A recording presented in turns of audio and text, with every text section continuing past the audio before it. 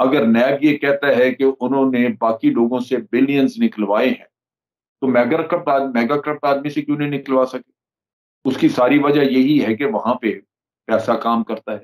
اور ہوتا یہ ہے کہ نیب کی جو انکوائری آتی ہے اسی میں لوپ ہولز ہوتے ہیں، جو ریفرنس بنایا جاتا ہے اسی میں لوپ ہولز ہوتے ہیں، اور وہ دوسری سائڈ کو بتا دیا جاتا ہے کہ یہ ہیں، تم اس کو ایکسپلائٹ کرو. وہ عدالت کے ذریعے چھوٹتا ہے.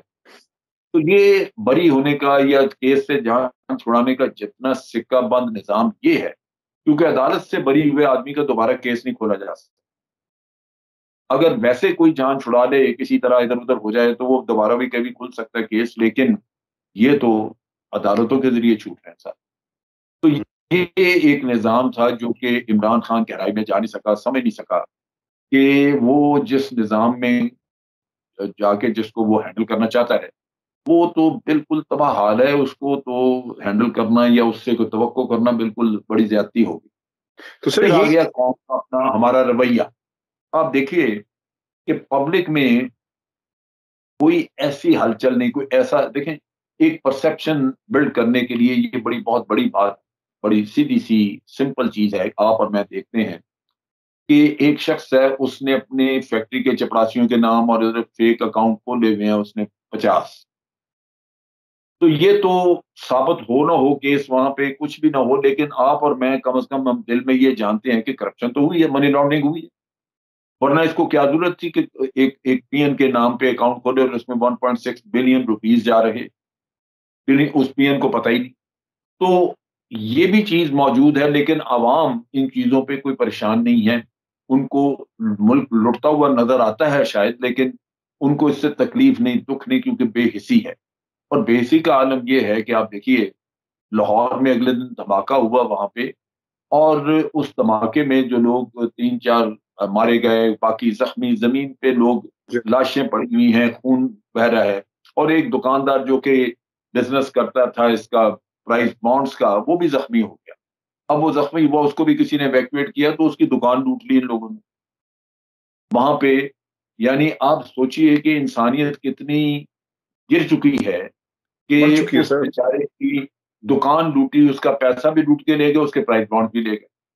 اب آپ سوچئے کہ ان لوگوں سے جہاں یہ حالات آپ نے قوم کے بنا دیے ہیں، تو آپ ان سے توقع کیا کریں گے کہ وہ عمران خان کو سپورٹ دیں گے؟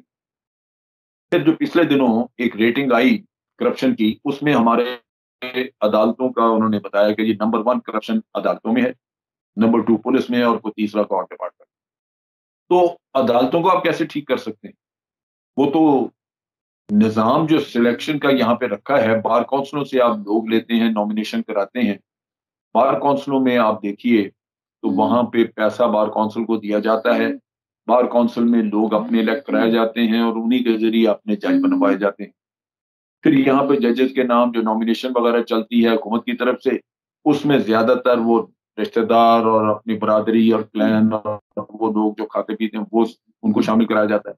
چودھری افتخار کے آنے کے بعد سے جوڈیشل سسٹم آپ کا مکمل طور پہ برباد ہو چکا ہے.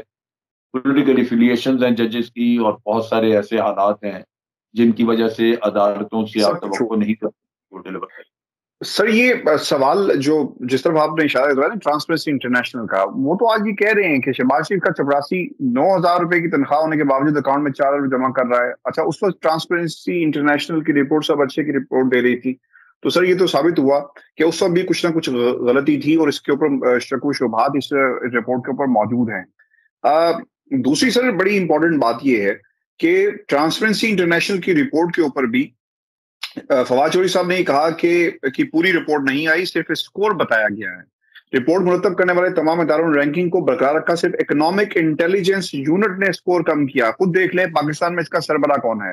اچھا، سب سے بڑا مسئلہ یہ ہوا کہ یہ پروجیکٹ لگاتے ہیں، راوی اربن پروجیکٹ کی انہوں نے مثال بھی دی کہ قلعدم قرار دینے کا جو فیصلہ ہے اس کے اوپر باقاعدہ وہ جائیں گے. اب یہ کوئی کام کرتے ہیں، عدالت اس کے اوپر سٹے دے دیتی ہے.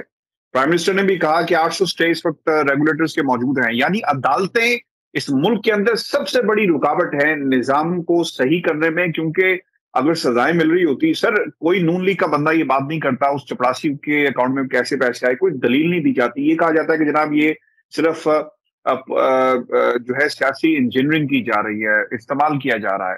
تو میرا خیال ہے کہ صرف اور صرف ملک کے اندر نظام عدل اور عدالتیں سب سے میجر فیکٹر پلے کر رہی ہیں اس وقت؟ یہ مسئلہ بالکل ہے. آپ یہ دیکھیے کہ یہ کتنا بڑا نیکسس ہے. اگر کسی جج کے اوپر کرپشن کا کیس نکل ہی آئے، پر پہلے تو وہ نکالنا بڑا مشکل ہے کیونکہ وہ سب آپس میں ایک ہے.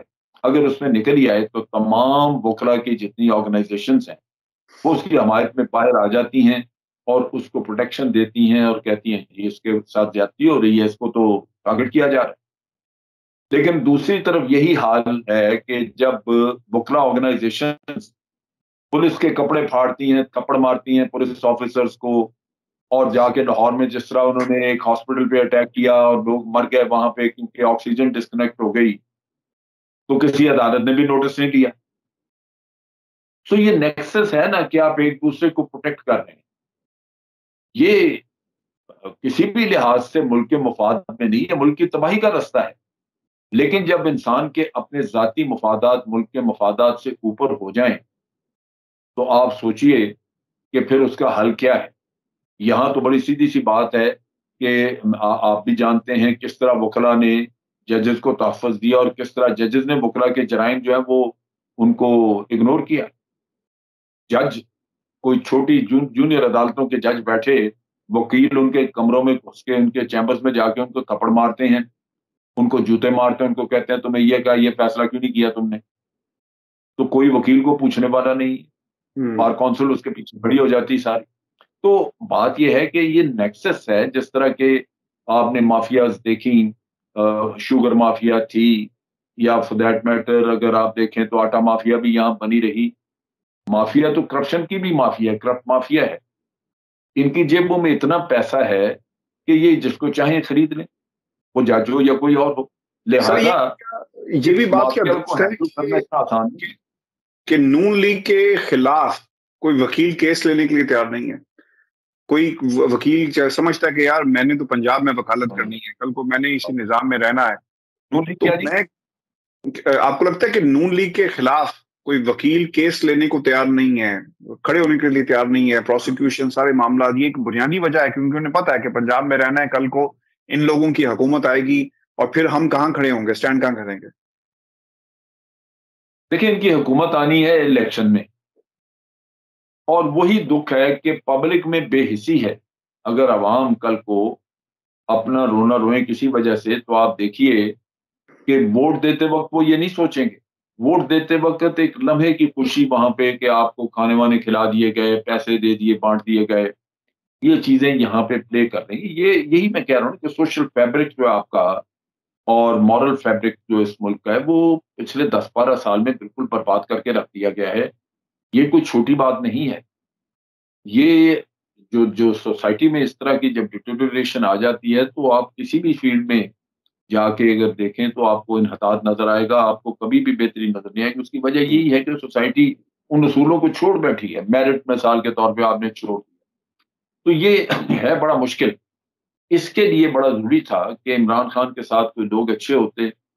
اس کے پاس بیساکھیاں جو دو کیو لیگ اور ایم کیو ایم کی شکل میں ہیں وہ اس کو نہ دینی پڑتی، اور لوگوں کی کچھ کمٹمنٹ ہوتی. آپ دیکھیے کہ ابھی احمد جواد اس کے ساتھ ہے. میں بڑا سمپل سی بات کروں گا، احمد جواد کو کوئی پہلے جانتا تھا؟ وہ جب پی ٹی آئی نے ہی اس کو پہچان دی جب انہوں نے اس کو اپنا انفارمیشن سیکٹری وغیرہ کچھ لگا دیا، تو وہ بھی آج چیلنج کر رہا ہے اس کو کہ یہ ذرا کوئی بات ہو گئی جس پہ وہ ناراض ہوئے اور اس نے اٹھا کے 30 نکات نکال دیے. ان نکات میں بعض درست ہیں، ٹھیک ہے کہ بعض جگہوں پہ کوتاہیاں ہیں، لیکن ان کوتاہیوں کے ساتھ ساتھ بعض اچیومنٹس بھی ہیں اور آپ اپنے لیڈر کو پبلکلی ذلیل کر رہے ہیں. تو یہاں نظر آتا ہے کہ پارٹی میں اپنے لوگوں میں بھی کمٹمنٹ نہیں ہے اپنے لیڈر کے ساتھ. لیڈر کی تھوڑی سی غلطی میں سمجھتا ہوں وہ یہ ہے کہ مردم شناسی نہیں ہے. پنجاب کا چیف منسٹر بدلا جا سکتا تھا، آپ کے پی کا چیف منسٹر بدل سکتے تھے، آپ اپنا جو آپ کا پرنسپل سیکرٹری ہے جو بہت جونیئر ہے، کہا جاتا ہے کہ اس سے کوئی 120 126 کے قریب بیوروکریٹ سینئر ہے اس سے، نیچرلی ان کو اچھا نہیں لگتا ہوگا کہ اتنا جونیئر پرائم منسٹر کے ساتھ بیٹھا ہوا اور آرڈر دیتا ہے، تو شاید وہ کوآپریشن نہ ملتی ہے اس کو. تو یہ پرائم منسٹر کو بھی چیزیں دیکھنی چاہیے تھیں.